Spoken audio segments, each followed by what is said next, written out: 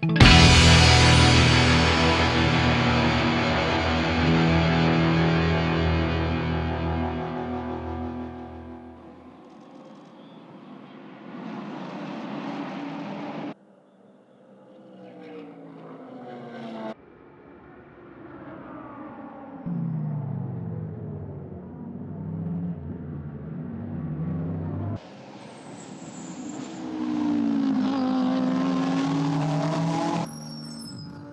decided to take a year off racing and focus on my studies.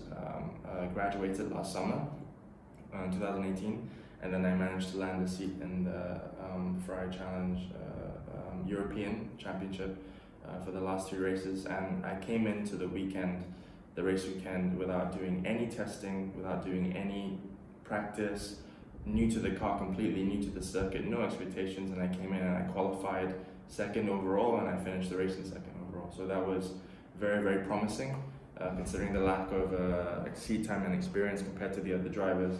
So that secured me a seat in the Italian GT Championship this year with the official Ferrari team AF Corse, and we won the class championship.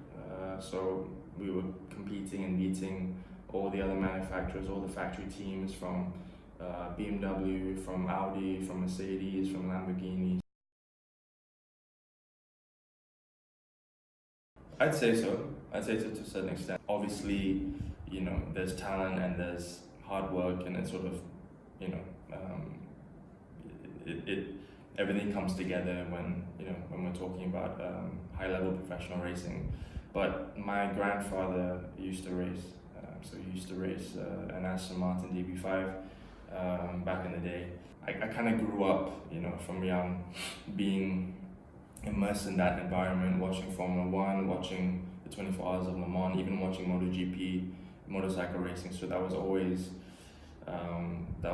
sort of in my life from a very, very young age.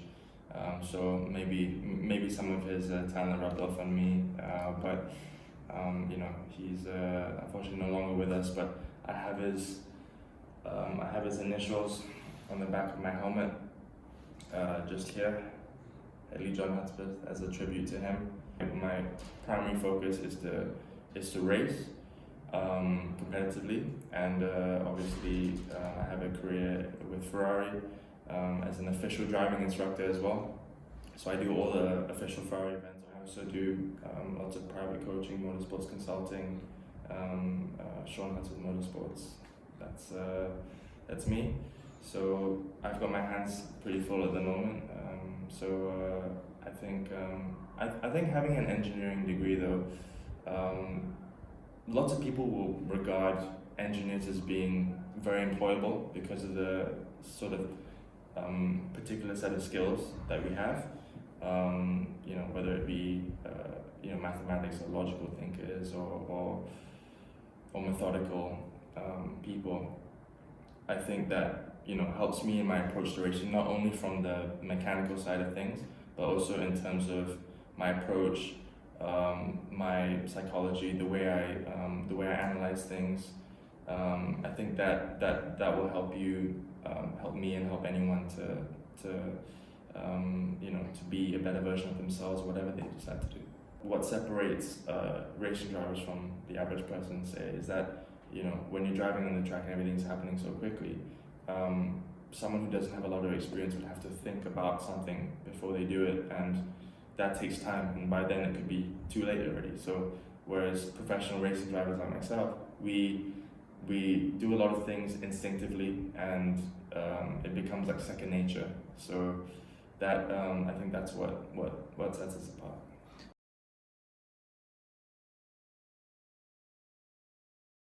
Racing is obviously, it's a physical sport, contrary to what a lot of people believe. It's very, very physical. It's very tiring. You have to have, you know, the correct fitness. I have a 43 centimeter circumference neck because I train my neck for the G-forces. I have a very strong core. I train twice a day, every day. Cardio, weight training, except for Sundays, so 6 days a week. So I train 12 times a week. So it's very, very physically taxing, especially when you do long stints. And not just physically but mentally. Mentally, it's very, very tiring as well. The only way really to improve is to have practice, like any sport. So I think the more seat time you have, it does affect, or it can affect your performance. And the more seat time you have, the more laps you do, the more experience you have racing and everything, the better you get at it. There are certain muscles, in your neck, in your core, in your shoulders, in your forearms, in your grip, which are very, very hard to train other than doing the specific sport. When you've done hundreds and hundreds and hundreds of laps, it does become instinctive, like where the corners are and which corners are coming up and braking points and that kind of thing. But you have to also bear in mind that the track is changing constantly.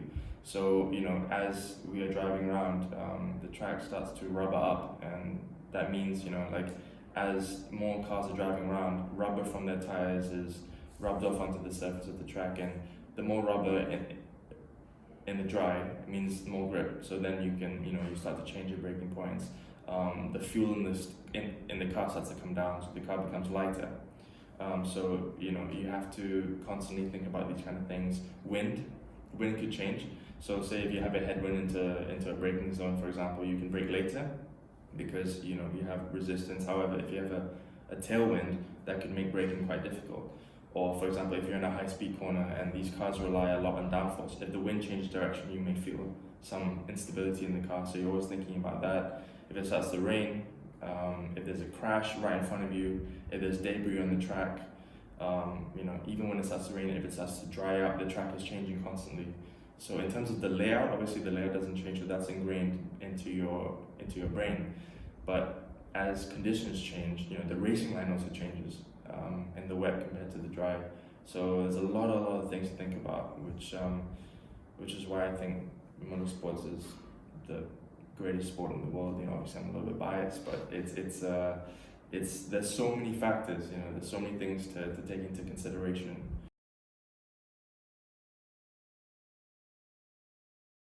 Apart from working with Ferrari, I have my own little company, my own little business, Hudspeth Motorsports, and we offer certain kinds of driving experiences on the racetrack. Sometimes in racing cars, sometimes in road cars. I do motorsports consulting. We do performance coaching as well, all within the sort of motorsports industry. In terms of from the consulting side of things, I've been in the racing industry for a long time.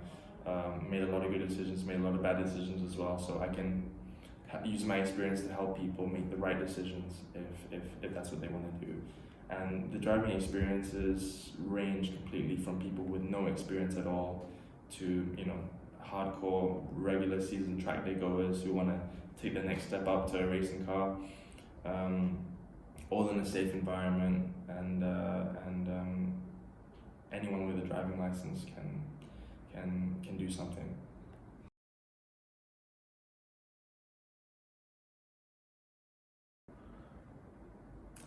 Well, Ferrari isn't winning, so I have no interest. So. I would say it's not as good as it used to be. I would say personally, in my opinion, from the fact that it's obviously it's entertaining to watch, and it's the level of drivers is still very, very high.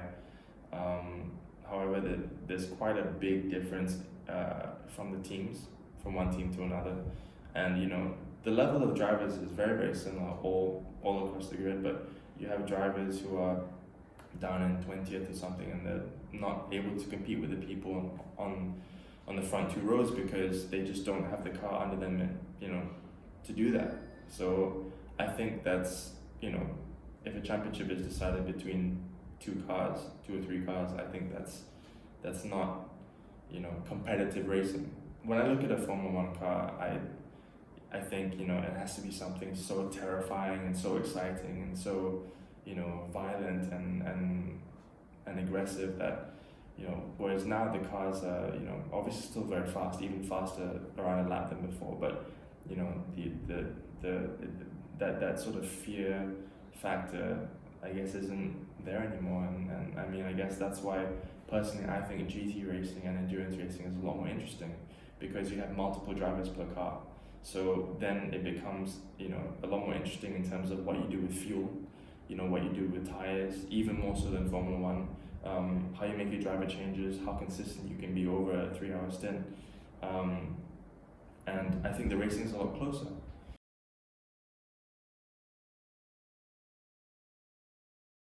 Hamilton is, he's someone really, really special. Obviously he has this controversy behind him.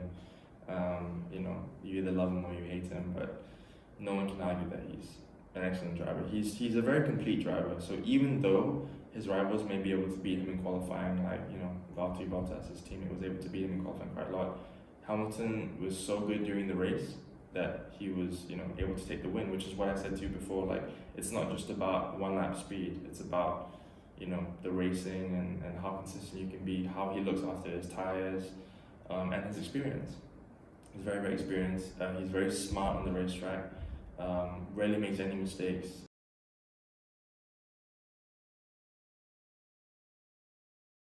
I've never really been a big fan of Formula E. I appreciate the close race. The racing is great, very high level in terms of drivers, big manufacturers involved.